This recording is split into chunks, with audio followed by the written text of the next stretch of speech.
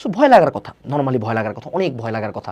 কারণ মেজরিটি মানুষজন যারা আমার স্ক্রিনের পাশে বসে ভিডিও দেখতেছো, হার্ডলি বিভিন্ন ভাইয়ার কাছ থেকে 5 থেকে 6টা করে চ্যাপ্টার পড়ছি।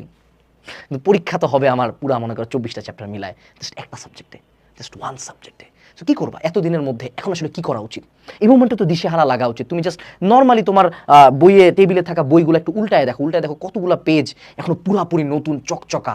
তো তুমি একটু জাস্ট তোমার রুমের গাইডগুলোর দিকে দেখো, কতগুলো চকচকা। যে কটা কোর্স কিনছো প্যানেলে ঢুকে দেখো কতগুলো ক্লাস এখনো করা বাকি, দেখিও নাই।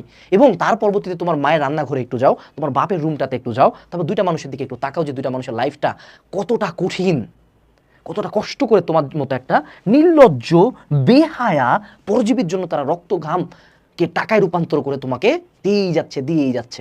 তাদের কোনো আইডিয়াও নাই যে আমার সোনামণি বাচ্চা, আমার সোনামণি খুকুমণি, আমার প্রিয় ভালোবাসার ছেলে, প্রিয় ভালোবাসার মেয়ে এতদিন কিচ্ছু করে নাই, জাস্ট 4টা-5টা চ্যাপ্টার পড়ছে, কোনো মতন পেপারটা শেষ করছে। তারা আশায় বুক বাঁধতেছে যে এই ছেলেটাই পাবলিকে পাবে, এই ছেলেটাই বুয়েটে পাবে। তোমার বাপ অফিসে গল্প দিচ্ছে যে আমার ছেলেটা খুব পরিশ্রম করছে, তোমার মা গল্প দিচ্ছে আমার মেয়েটা এবার খুব চেষ্টা করছে, বাড়ি থেকে বেরোচ্ছে না। বাট তাদের কোনো আইডিয়াও নাই যে তুমি তলায় তলায় দিকে এতগুলা ঘটনা ঘটায় রাখছো।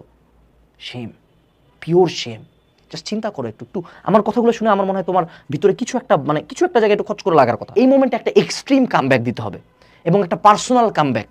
এই পার্সোনালটা কার প্রতি? দুইজনের প্রতি। এক হলো নিজের প্রতি, তোমার ওই নির্লজ্জ বেহায়া পার্সোনালিটিটার প্রতি যে লিটারালি সবার প্রতি দোষ দেয় কিন্তু নিজের দিকে কোনোদিন তাকায় না। সে দিনে 10 ঘন্টা স্ক্রল করবে কিন্তু 10 ঘন্টা সে টেবিলে বসবে না এবং সে অনলাইনে এসে কান্দাকাটি করবে, কেন আমি পড়তে পারতেছি না। এবং আর এক দলের প্রতি যারা তোমাকে এই পুরা লাইফ জুড়ে, পুরা কলেজ লাইফ, পুরা এইচএসসি লাইফ জুড়ে লিটারালি 2 টাকার দামও দেয় নাই। সো তাদের প্রতি একটা রিভেঞ্জ আছে আমাদের। আমার কথা শুনতে হবে। বিভিন্ন জায়গায় তো দৌড়ালে, ফার্স্ট ইয়ারে দৌড়েছে না? আমি তোমাকে বলছিলাম 1 বছরের সিলেবাস শেষ করো, এখন আসলে বুঝতে পারছো কেন 1 বছর বলছিলাম। কারণ কি, ফার্স্ট ইয়ার ছিল 1 ইয়ার, সেকেন্ড ইয়ার হয়ে গেছে 6 মাস। বলছিলাম না খুব মজা লাগে। মানে অনলাইনে বুঝছো প্রথম মানুষজন বিভিন্ন জায়গায় বেসিক শিখে অনেক বড় বড় ক্লাস করে, খুব প্রথম দিকে আমাকে গালি দিয়ে উড়ায় দেয় যে বেটা তোর ক্লাস কেন তো ছোট, কেন তুই 3 ঘন্টার কথা বলবি, কেন তুই মুখস্থ করতে বলবি। তারপরে যখন একেবারে মানে কটগুলা খায় তখন আছে যে ভাই কি করবো। তারপর অ্যাডমিশন টাইমে এই ঘটনাগুলো ঘটে, মজা লাগে কারণ তোমরা আমারই ছোট ভাই বোন। মেডিকেল ঢাবির কোশ্চেন ব্যাংক সলভ করো, এটা কবে করবা? 3 মাসের জীবনে পুরো চান্স হয় না, এটা বাস্তবতা। যে কারো জিগাও, যে কোনো বুয়েট মেডিকেল ঢাবির ভাইরা জিগাও যে ভাই আপনি আগে অ্যাডমিশন নিয়ে কোনো কিছু খরচ করছিলেন, বলবে হ্যাঁ করছিলাম 100%। সায়েন্স থেকে এইচএসসি দেয় 2.5 লাখ, এর মধ্যে জিপিএ 5 পায় 1 লাখ, এর মধ্যে বুয়েটে সিট 1000, মেডিকেলে সিট 4000, ঢাবিতে সিট প্রায় 3000, সব পাবলিক মিলে টোটাল সিট 30,000। অর্থাৎ তোমাদের মধ্যে 99% মানুষজন জীবনে পাবলিক একটা সিঙ্গেল সিটও পাবা না। তো আমার মনে হয় তুমি 1% থাকতে চাও, যতদূর আমার বিশ্বাস। তুমি কি কামব্যাক দিতে চাও? Make a decision.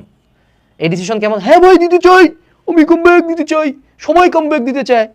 কামব্যাক দেওয়া কি করো প্রথম দিন, আরে আজকে আমি ফাড়াই দিব, আজকে থেকে আমি খুব ভালো ছাত্র হয়ে যাব, টেবিল টুবিল গোছা একটা রুটিন লাগাইছে, 1 দিন 2 দিন 3 দিন গন, আবার scroll once again same rabbit হলে ঢুকে গেছো। এই সাইকেলটা ভাঙতে হবে। এই সাইকেলটা কেমনে ভাঙবা? একটা ডিসিশন নিতে হবে। ডিসিশনটা কেমন?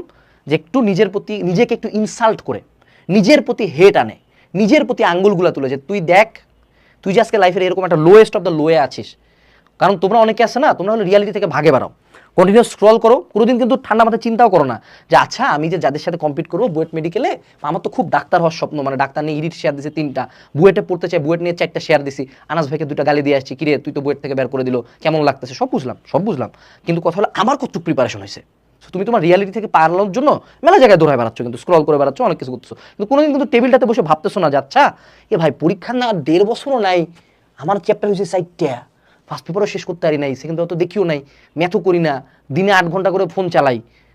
তারপর আমি ভাবি যে কোনো এক অলৌকিক কারণে হঠাৎ করে যায় আমি সামনে কোনো একদিন ডেভিড গগিন্স হয়ে সব কিছু শেষ করে দেবে, তো হয় না। সো ডিসিশনটা নিজের রিয়েলাইজেশন থেকে নিতে হবে।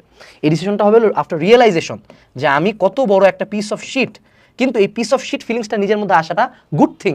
নাও ইউ নো যে তুমি একটা ফাঁকা করছো, এখন তুমি এটা ঠিক করবা। ভুল আগে রিয়েলাইজ করতে হয়। কার দোষ? ওই ভাই পড়ায় না, এই ভাই ওই ভাই তুই বুয়েটে চান্স পা, তুই এইচএসসিতে ফেল কর, ওর ভাইয়ের কি করবি রে, তুই পোস্ট দিবি, দে, কি হইল এটাতে? তোর লাইফ তো এটা। সো ডিসিশনটা হয়তো ফিক্সড, ইফ আই ডাই, মরলে মরবো, পড়তে যায় কেউ মরা নেই।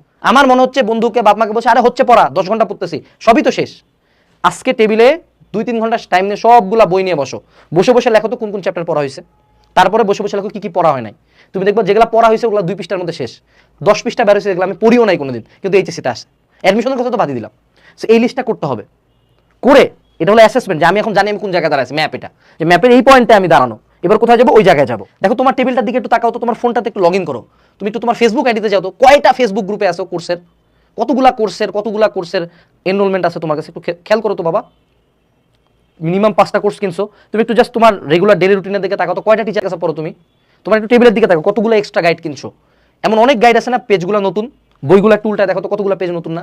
তুমি কি ভাবছো, তুমি হলা ভাস্কো দা গামা, তুমি হলা শেরে বাংলাকে ফজলুল হক, যে একটা চ্যাপ্টার একবার দেখলাম, তুমি হলো চিট্টি দা রোবট, এরকম করে দেখবা বই শেষ, কিছুই তো করতে পারলা না, কারণ কি তোমার সোর্স ফিক্স নাই। তুমি এখন ফিজিক্স পড়বা, তুমি চারটা বই থেকে ফিজিক্স পড়ার চেষ্টা করবা, তারপর প্রত্যেকটা চ্যাপ্টারের না, তোমরা ইভেন প্রত্যেকটা পার্ট যে এই টপিকটা কোন ভাইয়া ভালো পড়াইছে, মামা মামা তুমি তো নদী নৌকায় পারো না মামা, তুমি এখন টপিক মারাইতে আসছো আমার সামনে, তুমি বোর্ডের সিকিউ পারো না, তুমি বোর্ডের সিকিউ পারো না মিয়া, তুমি আইআইটি মারাইতে আসছো আমার সামনে। এগুলা নাটক বাদ দাও, টেবিল থেকে অপ্রয়োজনীয় বই বাদ দাও, সবগুলো অপ্রয়োজনীয় ব্যাচ বাদ দাও, সবগুলো অপ্রয়োজনীয় প্ল্যাটফর্ম বাদ দাও, দরকার হলে আমার ভিডিও যদি তোমার কাছে অপ্রয়োজনীয় লাগে ওটাও দেখা বাদ দাও, যা তোমার লাগবে না, যেই জায়গায় তোমার 1 মিনিট সময় নষ্ট হচ্ছে বাদ দাও, মানুষ যদি হয় অপ্রয়োজনীয় বাদ দাও, ডিক্লাটার করো, ফোন থেকে অপ্রয়োজনীয় যত অ্যাপ সবগুলো আনইনস্টল করো, টেবিলটা গোছাও, রুমটা গোছাও, অপ্রয়োজনীয় বই স্টোর রুমে রাখে আসো, দেন একটা ফ্রেশ স্টার্ট দাও। ডিক্লাটার করলে তোমার ব্রেন তখন ফোকাসড, ও জানে জানা ঠিক আছে এখন আমার সামনে 4টা বই আছে, 4টা বই পড়তে হবে। স্টুডেন্ট আমি পাইছিলাম কয়েক বছর আগে, ভাই ফিজিক্স সেকেন্ড পেপার পড়ি নাই, আমি ফিজিক্স কয়জনের কাছে পড়ছে এখন পর্যন্ত, বলছে ভাই 5 জনের কাছে পড়ছি। তা আমার ও যদি আমার বোন হইতো এমন একটা থাপড়া দিতাম ভাই, বিশ্বাস করো, কারণ তুমি 5টা টিচার তোমাকে ফিজিক্স শেষ করাতে পারে না, কেন তোমার মনে হয় যে 6 নাম্বার টিচারটা তোমার শেষ করাই দিবে? 6 নাম্বার টিচারটা তোমাকে নিজে হইতে হবে, নিজে ক্লাস করবা, নিজে পড়বা। এখন আলাদা নতুন করে টিচার যাদের টাকা আছে নিতে পারো, বাট একটা extra teacher won't change anything, কিছু চেঞ্জ হবে না, হঠাৎ করে নাই আর এনার্জি পাইতেছো না, তখন কি করবা?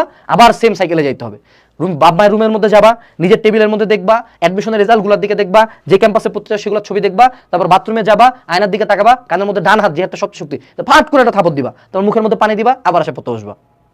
সেম আরেকটা জিনিস শিখাই দিই, সেটা হলো use the power of head. কিছু মানুষজন ক্লাসের কিছু টপার, এদেরকে টার্গেট করে এদের নামগুলো টেবিলে লিখে রাখো এবং তাকে পার্সোনালি না, কম্পিটিটিভ